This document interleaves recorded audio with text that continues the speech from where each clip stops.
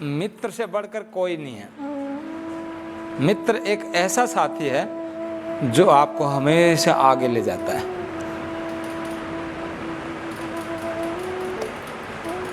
भगवान कृष्ण अर्जुन को समझा रहे हैं कि चत्वारः जनाः भजन्ते माम सुकृति अर्जुना, आर्त, ज्ञानी, अर्थार्थी, जिज्ञासु, भरतर्षभ। कहा कि ये चार हैं जो मुझे भजते हैं। एक तो वह जो दुखी है, जब दुख आता है तो मुझे याद करता है। दुख में सुमरन सब करे, सुख में करे न कोई। जो सुख में सुमरन करे तो दुख काहे को होए। इसलिए कहा गया है कि मित्र एक ऐसा है जो हमेशा मित्र का सहयोग करता है। पापान निवारयति यो जयते हिताय, वह पापों से छुड़ाता है और उसके हित की कामना करता है, हित की तरफ आगे बढ़ाता है, उसके लाभ के लिए। गुह्यम निगुह्यति गुणान प्रकटीकरोति, जो उसकी छुपाने योग्य कोई ऐसी बात है हल्की फुल्की, उसको छुपाता है मित्र, लेकिन गुणान प्रकटीकरोति, जो उसके अच्छे गुण हैं उनको वो हमेशा प्रकट करता है कि मेरा मित्र इतना अच्छा है। सुदामा और भगवान कृष्ण की मित्रता देखिए,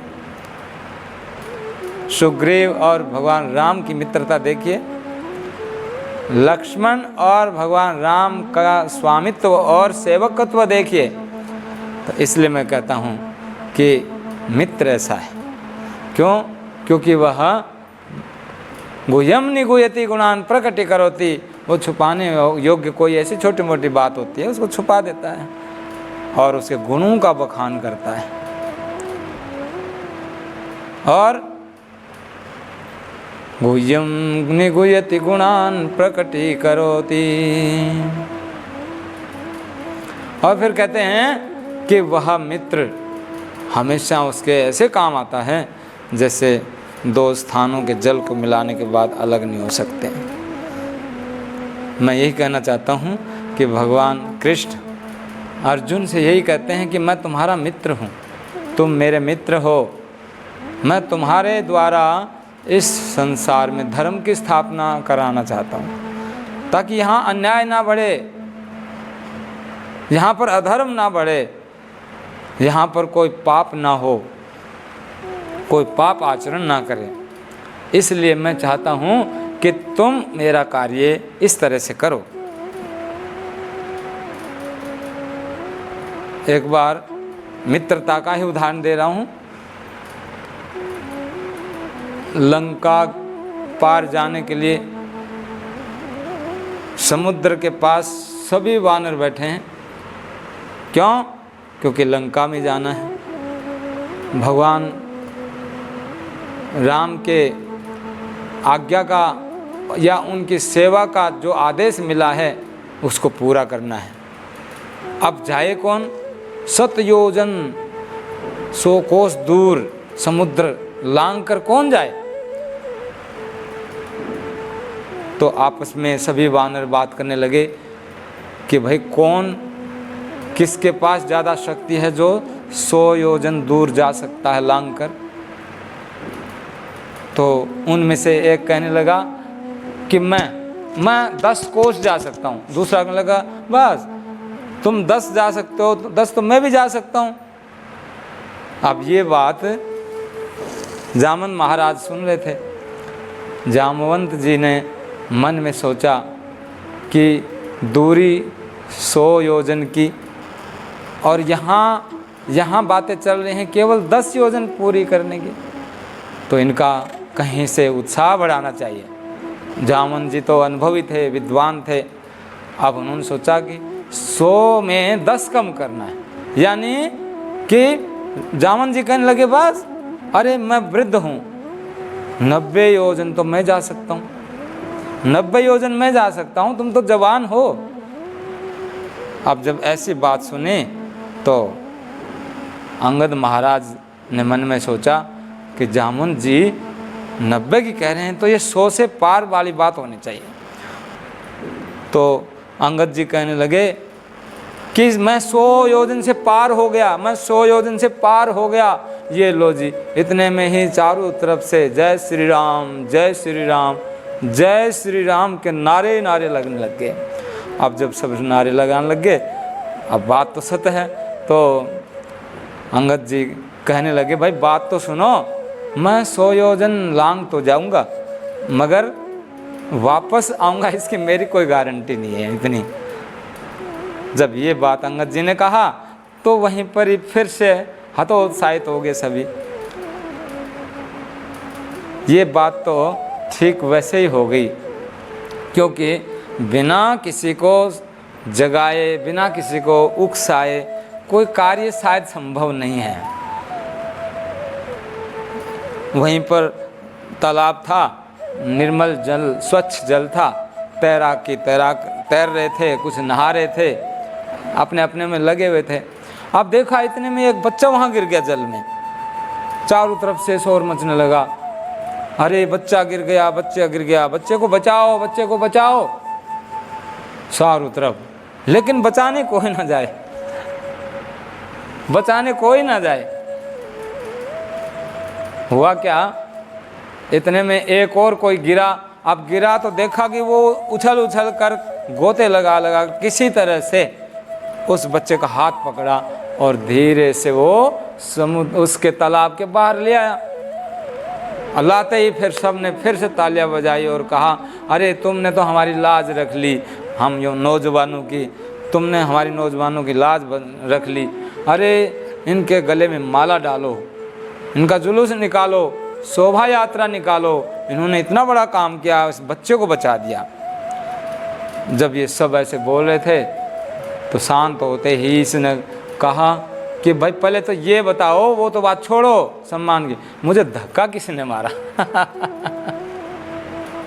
यानी यहाँ पर भी वो भी तैयार नहीं था, लेकिन किसी ने धक्का मार दिया तो वो निकाल करके उस तालाब से उस बच्चे को बाहर लाया। सज्जनों, मैं यही कहना चाहता हूँ कि कार्य करने के लिए सब उतावले होते हैं, शक्ति सब में होती है, लेकिन उनको जगाने वाला कोई कोई होता है। तो इसलिए हमें जागने की आवश्यकता है। हम नहीं जागे तो फिर कुछ नहीं हो पाएगा। इसलिए जागो और जागो। अभी थोड़े जगह हैं, चारों तरफ जगाने वाले लगे हुए हैं। मैं तो साफ कहता हूँ कि अगर हमारी संस्कृति सभ्यता सबको बचाना है तो हमें एक इतना अच्छा राजा 800 साल बाद मिला है। अगर हमने इस राजा को खो दिया तो समझ लीजिए कहीं के भी नहीं रहे, कहीं के भी। इसलिए आप सबका, हम सबका कर्तव्य है कि हम मित्र, कहते हैं ना कि मित्र जब मिल करके काम करते हैं तो उसकी उन्नति को छीन नहीं सकता। तो हमें एक मित्रता का भाव ले करके चलना है और उस राजा का सहयोग करना है जो इस समय भारतवर्ष की उन्नति के लिए तड़प रहा है, तरस रहा है और हमारे सहयोग की अपेक्षा रख रहा है। अकेला तो कोई नहीं कर सकता। जब तक हमारा सहयोग नहीं होगा वो राजा भी नहीं कर सकता। इसलिए जितने देवता लोग हैं इकट्ठे हो जाइए, मित्रता निभाइए, राक्षसों को पछाड़ दीजिए। इसलिए इस राक्षस वृत्ति का विनाश करने के लिए देवत्व को जगाना होगा। और देवत्व की स्थापना हो चुकी है और सदियों से, सृष्टि के आरंभ से हमारा देश तो देवताओं का है। देवताओं की मित्रता है, जल्दी चलती है और हमें ये सब मित्रता को एक पक्का बनाना है। देखो, अगर हमने मुट्ठी में जैसे ताकत होती है ना, तो ये मुट्ठी में अगर एक एक उंगली को तोड़ना चाहे तो तोड़ सकता है, लेकिन अगर हमने मुट्ठी बंद कर ली ना तो इसको कोई तोड़ नहीं सकता। इसलिए मैं कह रहा हूँ कि आपद गतम च न जहाति ददाति काले सन्मित्र लक्षणम इदम प्रवदन्ति संताः। अर्थात मित्र जो है वही है जो आपत्ति के समय, दुख के समय, कष्ट के समय न जहाती, नहीं छोड़ता है, ददाती, और वह समय आने पर साथ देता है। सन्मित्रम लक्षणम इदम, अच्छे मित्र के यही लक्षण है। कैसे? जैसे भगवान राम ने जब सुग्रीव से मुलाकात की तो सुग्रीव जी को उनका दुख जाना पहले। अब जब सुग्रीव जी के इतने बड़ा दुख जान करके, जबकि इनसे बड़ा दुख तो भगवान श्री राम का ही था, लेकिन फिर भी भगवान राम ने सुग्रीव से कहा कि मित्र, हमारा फर्ज है, हमारा धर्म है कि पहले मैं आपका दुख बटाऊं, मैं पहले आपका दुख अपना दुख समझूं, फिर मैं अपना कार्य करूं। तो इसलिए अच्छे मित्र वही होते हैं जो कष्ट आने पर, आपत्ति आने पर साथ नहीं छोड़ते, और ददाति काले हमेशा सहयोग देते हैं, साथ देते हैं। अब देखिए, देश को अगर उन्नति पर ले जाना है तो परस्पर मित्रता का ही तो भाव होगा, बिना मित्रता के नहीं ले जा सकते हैं। भाई किसी में शक्ति अधिक है, शरीर से बलवान है, किसी के पास धन बहुत ज़्यादा है, तो कोई वक्ता भी है, विद्वान है, तो ये जब ये सब मिल करके जब एक हो जाएंगे मित्रता के भाव से, तब ये देश जितना अब उन्नति की तरफ चल रहा है और ज़्यादा आगे चलेगा, और ज़्यादा आगे चलेगा। इसलिए समय के हिसाब से अपने आप को चलाइए, अपना साथ रहिए, साथ मिलकर जो कार्य होगा वो हमेशा आगे उन्नति की तरफ जाए। धन्यवाद।